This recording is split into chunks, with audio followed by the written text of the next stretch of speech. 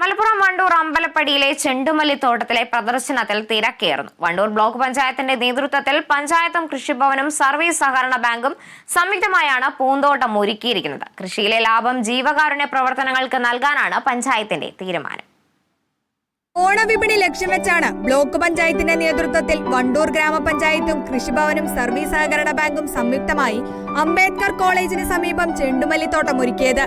മഹാത്മാഗാന്ധി ദേശീയ ഗ്രാമീണ തൊഴിലുറപ്പ് പദ്ധതി വഴി 1,85,000 രൂപ ചെലവഴിച്ച് തൊഴിലുറപ്പ് തൊഴിലാളികൾ 459 തൊഴിൽ ദിനങ്ങൾ സൃഷ്ടിച്ചാണ് കൃഷിക്കായി നിലമൊരുക്കിയത്. അംബേദ്കർ കോളേജിലെ വിദ്യാർത്ഥികളുടെയും കോളേജ് അധികാരികളുടെയും സഹകരണവും മുതൽക്കൂട്ടായി. പക്ഷെ തുടർച്ചയായി പെയ്ത മഴ തിരിച്ചടിയായതോടെ പൂക്കൾ വിരിഞ്ഞത് ഓണത്തിന് ശേഷമാണ്.